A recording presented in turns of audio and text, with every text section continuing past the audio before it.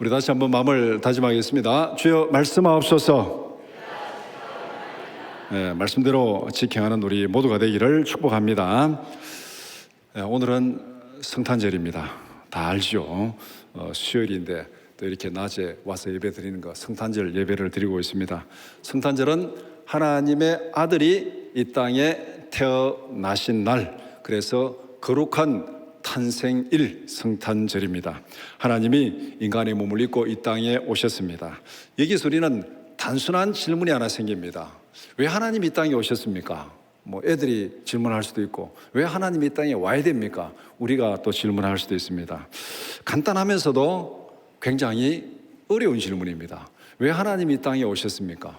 간단하면서도 굉장히 어려운 질문. 하나님의 아들이 왜 이 땅에 오셨습니까? 이 질문에 답변하기 위해서는 우리가 성경의 큰 그림을, 또 성경의 큰 흐름을 한번 살펴봐야 예수님이 이런 상황에서 이 땅에 오셨구나, 그렇게 이해를 할 수가 있습니다. 그래서 첫 번째는 하나님의 선하신 창조입니다. 성경의 흐름을 쭉 보면은 첫 번째는 하나님의 선하신 창조. 하나님께서 이 세상을 창조하셨습니다. 우리 창세기 1장 1절 다 잘 아는 말씀이지만은 함께 보겠습니다. 태초에 하나님이 천지를 창조하시니라. 성경이 이렇게 시작합니다. 태초에 하나님이 천지를 창조하시니라. 하나님의 존재를 전제하고 하나님이 천지를 창조했다. 하나님이 있느니 없느니 그거 증명할 필요도 없습니다. 하나님이 천지를 창조했습니다. 우리는 여기서 출발하는 거예요. 그 이상은 우리가 모릅니다. 분명히 하나님이 있고 없고 논쟁할 필요도 없죠. 천지가 존재하는 건 분명한 거니까 그 천지를 창조하신 하나님이 있다. 하나님이 천지를 창조했다. 이렇게 성경은 시작합니다. 그 이상은 우리가 아무리 논증하고 변론하고 증명해봐야 증명할 수가 없습니다. 분명한 것은 하나님이 세상을 창조하셨고 하나님이 창조의 주인이고 하나님이 세상의 주인입니다. 하나님께서 이 세상을 창조하셨는데 하나님이 창조하신 세상은 굉장히 아름답고 선한 세상입니다. 창세기 1장 31절 말씀 같이 보겠습니다. 하나님이 지으신 그 모든 것을 보시니 보시기에 심히 좋았더라. 저녁이 되고 아침이 되니 이는 여섯째 날이니라. 하나님이 창조하신 세상이 이렇게 아름답고 좋았더라, 그렇게 말씀하고 있습니다.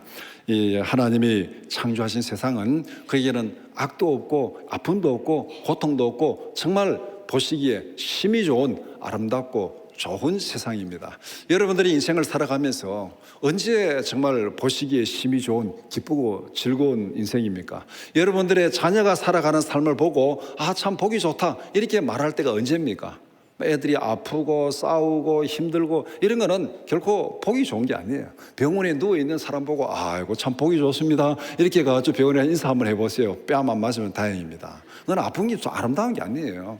아름답고 좋다는 것은 우리가 건강하고 기쁘고 즐겁고 모두가 행복하게 살아가는 그것이 보시기에 심히 좋았더라, 그렇게 말하고 있습니다. 하나님이 바로 창조하신 세상은 보시기에 심히 좋았더라, 선하고 아름다운 세상입니다. 하나님은 이렇게 세상을 아름답게 창조하시고 인간에게 이 창조 세계를 다스리라는 그런 청지기적 사명을 주었습니다. 창세기 1장 26절에서 28절까지 쭉 말씀한 내용이 그 내용이죠. 아름답게 창조하시고 인간을 대리자로 세우시고 하나님을 대신해서 이 창조 세계를 다스려라, 그렇게 하나님께서 사명을 맡겼습니다. 이것이 인간 역사의 첫 번째 장면입니다. 인간 역사의 첫 번째 장면, 창세기 1장에 기록된 역사가 이렇게 시작됐고 역사는 이런 모든 첫 번째 장면이 이것입니다. 간단히 정리하면은 하나님이 세상을 아름답게 창조하시고 인간에게 창조 세계를 다스리라는 청지기 사명을 맡기셨다. 이것이 우리가 처음 이 세상 역사가 시작할 때 출발점이고 또 인간이 받은 사명입니다. 그 다음에 두 번째는 이 아름답게 창조된 세상이 타락하게 되었습니다. 하나님께서 창조하신 세계에 침입자가 있었습니다. 이 침입자는 성경의 말로 말하면 도둑이요 약탈자입니다. 이 침입자가 침입한 목적은 창조 세계를 파괴하기 위해서, 아름답게 창조되고 보시기에 심히 좋았다라는 이 세상을 파괴하기 위해서 침입자 도둑이 침입을 했습니다. 약탈자가 이 침입해서 사용하는 방법은 거짓으로 선동하는 것입니다. 약탈자가 들어와서 처음부터 내가 너를 속이러 왔다, 내가 너를 무슨 죽이러 왔다, 이렇게 하면은 누가 거기에 동조를 하겠습니까? 와서는 다 좋게 얘기를 합니다. 사기치는 사람들이 다 좋게 얘기하잖아요. 그러다가 마지막에 가서 한번 뻥 사기치잖아요. 그래서 약탈자가 사용하는 방법은 거짓으로 선동하는 것입니다. 인간을 거짓말로 속여서 하나님께 반역하게 만드는 것, 이것이 침입자가 추구하는 목적입니다. 하나님과 인간, 하나님이 세상을 선하게 창조하시고 인간에게 하나님을 대신해서 이 만물을 다스리라고 정치적 사명을 주셨는데, 이 세상을 파괴하는 방법은 그 아주 핵심을 정확하게 지금 사탄이 알고 있는 거예요. 하나님과 하나님의 대리자로 이 창조 질서를 다스리는 인간 둘 사이의 관계만 깨버리면은 이 세상은 다 깨어진다, 그렇게 생각을 하고 인간을 거짓말로 속여서 하나님 앞에 반역하게 만드는 것. 그러니까 하나님이 창조하시고 이제 인간은 하나님의 청지기로 하나님을 대신해서 창조 만물을 다스리게 돼 있는데, 이 인간이 하나님 앞에 반역하면은 이 창조 세계의 아름다운 질서는 다 깨어지게 됩니다. 창세기 3장 4절 5절 같이 보겠습니다. 뱀이 여자에게 이르되 너희가 결코 죽지 아니하리라. 너희가 그것을 먹는 날에는 너희 눈이 밝아져 하나님과 같이 되어 선악을 알 줄 하나님이 아심이니라. 에덴 동산에 침입자가 들어와가지고 하와를 유혹하는 말입니다. 여기에 4절 말씀은 명백한 거짓말입니다. 뱀이 여자에게 이르되 너희가 결코 죽지 아니하리라. 선악과를 따먹어도 결코 죽지 아니하리라. 그런데 하나님은 앞에서 읽어보면은 이 선악과를 먹는 날에는 반드시 죽으리라. 하나님은 분명히 선언했습니다. 반드시 죽으리라. 그런데 사탄은 뭐라고 말합니까? 선악과 따먹어도 결코 죽지 아니하리라. 그러면 둘 중에 하나 거짓말하는 거죠. 하나님은 반드시 죽으리라. 사탄은 결코 죽지 아니하리라. 그러니까 거기에 강조를 붙여가지고 그냥 산다 죽는다가 아니고 반드시가 들어가 있고 결코가 들어가 있습니다. 그러니까 둘 다 양극단으로 지금 선언을 하는데, 하나님이 거짓말하는지 사탄이 거짓말하는지 둘 중에 하나는 분명히 거짓말합니다. 근데 성경에 쭉 흘러보면은, 창세기 보면은 결국은 사탄이 거짓말한 거죠. 결코 죽지 아니하리라. 사탄은 명백한 거짓말로 지금 인간을 속이고 있습니다. 그리고 5절에 하나님과 같이 되리라는 욕망을 불어넣습니다. 결코 죽지 아니하고 하나님과 같이 된다. 이게 거짓 선동입니다. 거짓 선동입니다. 하나님과 같이 될 수가 없어요. 근데 너희들이 하나님과 같이 될 수 있다. 그래서 욕망을 불어넣어가지고 계속 거짓으로 선동하고 있습니다. 사탄의 방법은 옛날이나 지금이나 변하지 않았습니다. 하와에게 하나님께 대한 의심을 불어넣습니다. 요 사탄이 하는 그 방법을 가만히 보면은 그러니까 하나님과 아담과 하와, 이게 지금 굉장히 협력이 잘 이루어져 가지고 하나님은 주인이고 아담과 하와는 청지기로서 이 창조 세계를 다스리는 굉장히 이 사랑의 관계, 신의 말서 찰떡궁합으로 딱 맞고 있는데, 사탄이 여기 와서 하는 일이 뭐냐면은 아담과 하와에게 하나님께 대한 의심을 불어넣습니다. 진짜 먹지 말라 하더냐? 먹어도 안 죽는다. 왜 안 죽는 걸 먹지 말라 하냐면은 너희들이 하나님과 같이 되는 거, 하나님이 그걸 막기 위해서 너희들에게 먹지 말라 하는 거다. 이렇게 하면은 지금 아담과 하와의 마음에 뭐가 들어갑니까? 하나님에 대한 의심이 들어가는 거예요. 그러면은 하나님 참 나쁜 분이네. 우리가 하나님과 같이 되는 걸 막고 그걸 억누르기 위해서 선악과를 먹지 말라 하고 그거 먹으면은 반드시 죽으리라고 그렇게 뻥을 치는 거네. 하나님 나쁜 분이다. 이렇게 하나님에 대한 의심을 싹 불어넣습니다. 이게 사탄이 추구하는 갈라치기 방법입니다. 인간 사회에 어디든지 의심이 들어가면 다 관계가 깨지게 돼 있어요. 부부 사이에도 의심이 들어가면 관계가 깨어지는 거고, 부모 자식 사이에도 의심이 들어가면 관계가 깨어지는 거예요. 그러니까 의심을 불어넣어 가지고 양쪽을 갈라치게 합니다. 이게 사탄의 전략입니다. 그래서 이 하와에게 또 하나님과 같이 될 수 있다는 욕망을 불어넣어서 결국은 반역하게 만듭니다. 1차는 의심을 불어넣어서 아름다운 관계를 깨어지게 갈라치게 하고, 그 다음에 이제 관계가 깨어졌으니까 그 다음에는 반역하게만, 서로 공격하게 만드는 거예요. 욕망을 불어넣어가지고 너가 하나님 될 수 있다, 너가 이기면 너가 하나님 될 수 있다, 이렇게 욕망을 불어넣어가지고 둘이 싸우게 만드는, 반역하게 만드는, 그것이 지금 사탄의 전략입니다. 이 침입자의 전략대로 이렇게 아담과 하와가 사탄의 거짓 선동에 넘어가서 하나님께 불순종하고 하나님께 반역하게 되었습니다. 이렇게 해서 창조 세계의 아름다운 관계가 깨어졌습니다. 관계가 깨어지고 결국은 인간의 죽음으로, 하나님과 인간의 관계가 깨어지고, 남자와 여자의 관계가 깨어지고, 인간과 세상과의 관계가 깨어지고, 땅이 저주를 받고 가시와 엉겅퀴를 내고, 그 다음에 영혼과 육체의 관계가 깨어져 가지고 죽음을 당하고, 이게 다 관계가 깨어져 가지고 보시기에 심히 좋았더라는 그 세상이 사탄이 들어와 가지고 의심을 불어넣고 갈라치게 하고 욕망을 불어넣어 가지고 불순종하고 대적하게 만드니까 다 깨어져 버린 거예요. 이게 지금 이 창세기의 우리 인간 역사의 두 번째 장면입니다. 세 번째는 삶의 타락입니다. 창조 세계가 타락한 이후에 삶의 환경이 완전히 바뀌어 버렸습니다. 다 관계가 깨어지고 갈라치게 하고 이렇게 하니까 우리의 삶의 환경이 전쟁터로 바뀌어 버렸습니다. 아름다운 관계는 깨어지고 투쟁과 경쟁 관계가 난무하는 그런 세상에 우리가 살게 되었습니다. 창세기 3장 15절 말씀 같이 보겠습니다.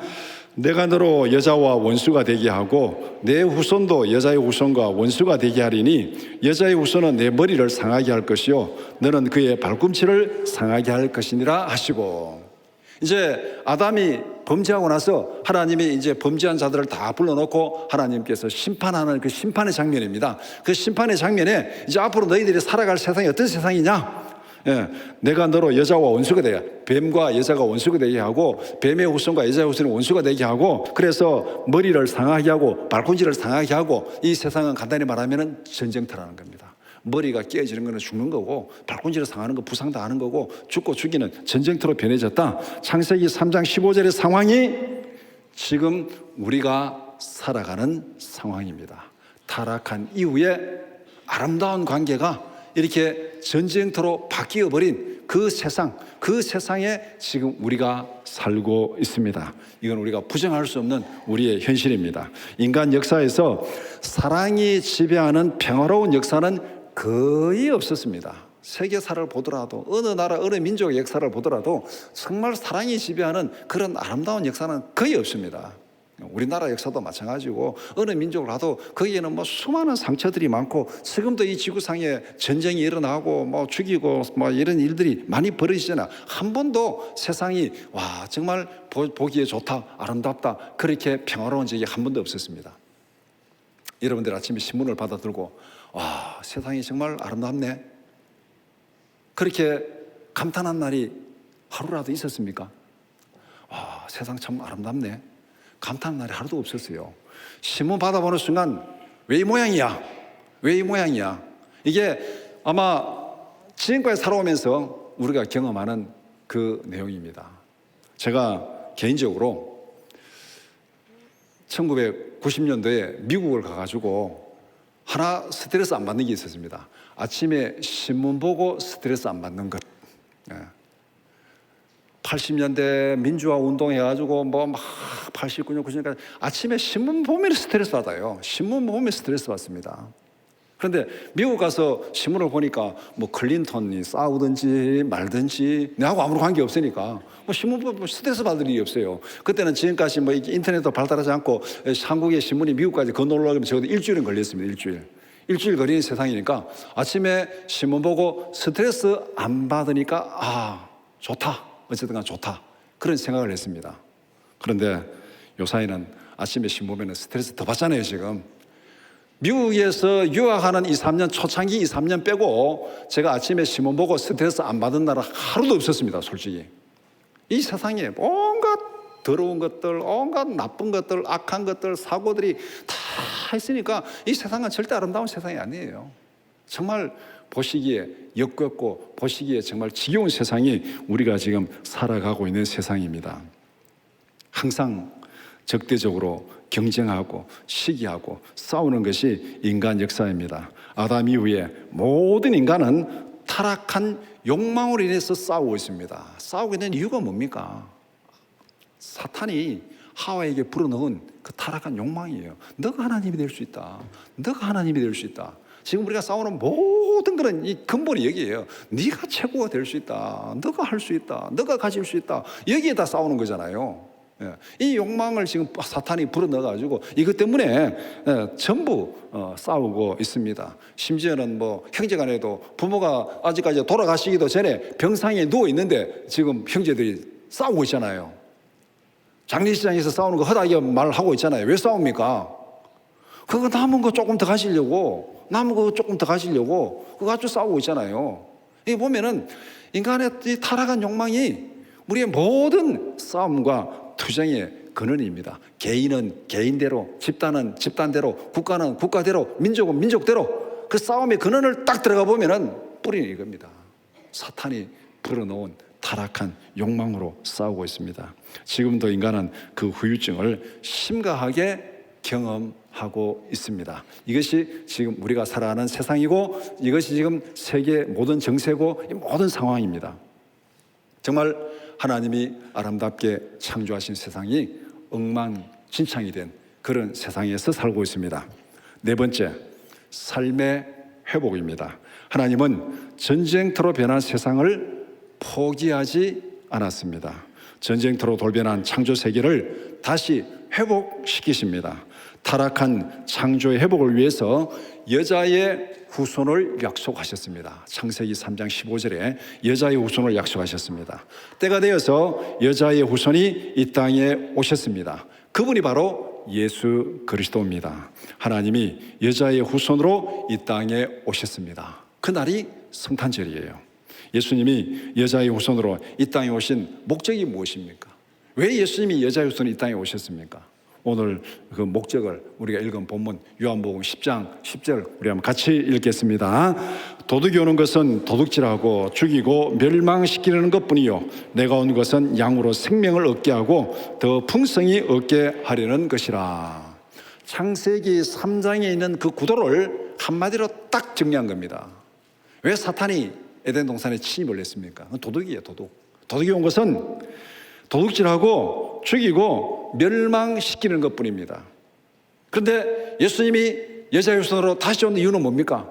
생명을 살리고 풍성히 얻게 하기 위해서.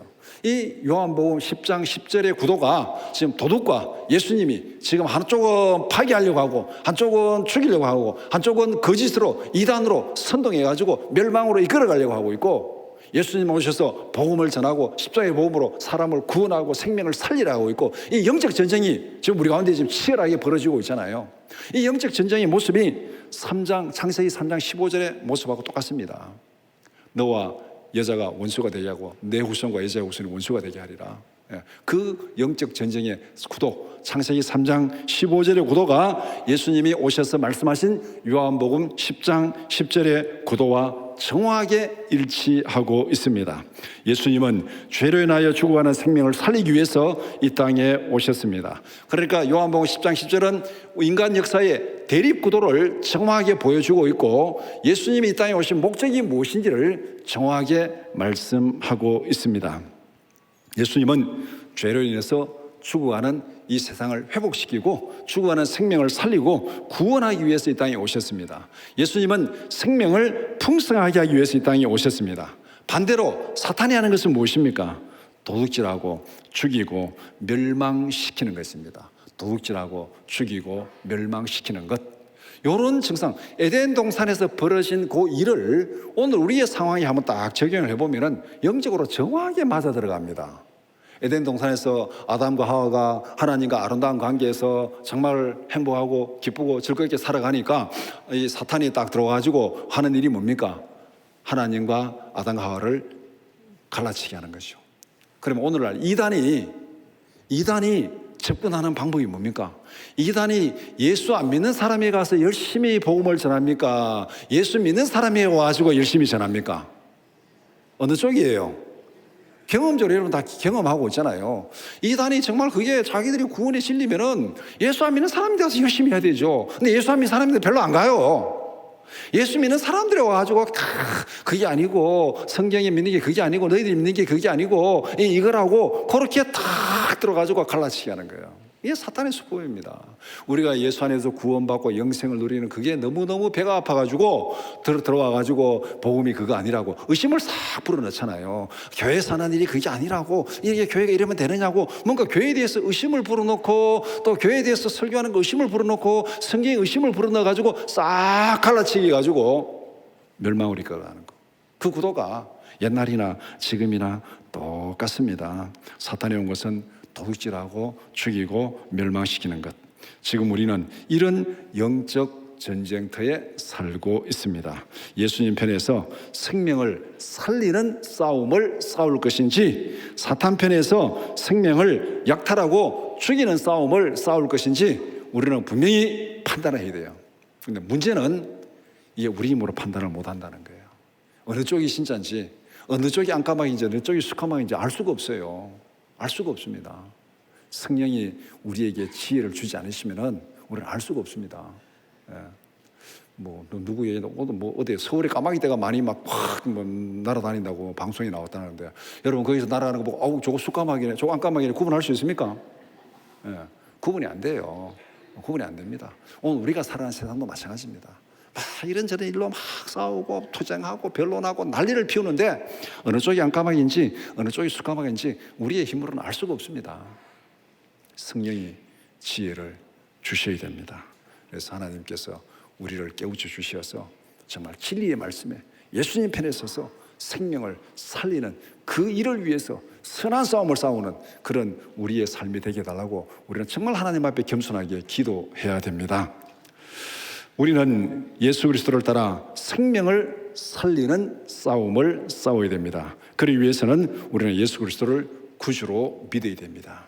요한복음 10장 10절을 딱 보고 예수님은 살리러 왔고 풍성케 하러 왔고 사탄은 약탈하고 도둑질하고 죽이러 왔습니다. 그러면 예수님 편에 서 있지 않으면 어느 쪽입니까? 반대쪽이죠. 이 세상은 싸움할 때 두 쪽밖에 없어요. 그러니까 예수님 편에 서 있지 않으면 반대쪽이에요. 더 이상 볼 것도 없습니다. 그래서 우리가 예수 그리스도를 구주로 믿고 도둑으로 침입한 약탈자의 거짓 선동에 넘어가면 안 됩니다. 생명을 살리고 풍성케 하는 일에 충성해야 됩니다. 하나님은 생명을 살리고 풍성케 하는 일을 하기 위해서 우리에게 특별한 도구를 주셨습니다. 우리가 이 일을 어떻게 할 거냐? 예수님께서 우리에게 사명을 맡기시고 또 이 창세기에서도 청지기 사명을 맡기고 예수님이 이 땅에 오셔서 우리를 구원하시고 하나님의 자녀로 세우시고 성도로 세우시고 이 청지기 사명을 맡겼는데, 그럼 이 사명을 어떻게 할 거냐? 뭘로 할 거냐? 가지고 막 그냥 뭐 시위할 거냐? 아니면은 뭐 어떻게 뭐 데모할 거냐? 어떻게 할 거냐? 방법이 뭐냐는 거죠. 이 사명을 감당하라고 생명을 살리고 풍성케 하고 화목케 하는, 다 갈라치기 하죠. 싸우는 이 세상을 화목해야 하는 이 사명을 감당하라고 하나님께서 우리에게 주신 구체적인 도구가 있습니다. 고린도후서 5장 19절 말씀 같이 보겠습니다. 곧 하나님께서 그리스도 안에 계시사 세상을 자기와 화목하게 하시며 그들의 죄를 그들에게 돌리지 아니하시고 화목하게 하는 말씀을 우리에게 부탁하셨느니라. 화목하게 하는 말씀을 우리에게 부탁하셨느니라. 이 화목하게 하는 말씀이 뭡니까? 복음이에요. 복음. 예수님께서 승천하시면서 내가 너에게 전한 모든 것을 가르쳐 지키게 하라. 복음을 주신 거예요. 우리는 말씀을 우리에게 주신 것입니다. 하나님이 천지를 창조하실 때 뭘로 창조하셨습니까? 말씀으로 창조했죠. 그러면은 이 사탄이 들어와서 파괴시킨 이 갈라지고 깨어진 이 세상을 회복시키는 도구는 무엇입니까? 말씀으로. 이게 딱 맞아 들어가는 거예요. 말씀이 육신이 되어서 우리 가운데 오셨고, 이 깨어진 세상을 살리기 위해서 예수님이 오셨고, 예수님이 말씀이 육신이 되어 우리 가운데 오셨고, 이 깨어진 세상을 살리라고 우리에게 화목하게 하는 말씀을 부탁하셨다. 그렇게 말하고 있습니다. 그렇다면 우리가 이 세상을 회복시키는 방법은 하나님의 말씀이 기준이 되는 거예요. 말씀에 따라서 순종하고 말씀에 따라서 사랑을 실천하고 말씀을 전하고 복음을 전해서 모두가 예수 안에서 구원받는 그런 믿음이 들어갈 때 이 세상이 회복되어지는 것입니다. 그래서 우리에게 생명을 살리는 도구로 말씀을 주셨으니까 날마다 진리의 말씀을 즐거워하고 그 말씀에 따라서 주님이 맡기신 생명을 살리는 이 일에 충성하는 우리 모두가 되기를 축복합니다.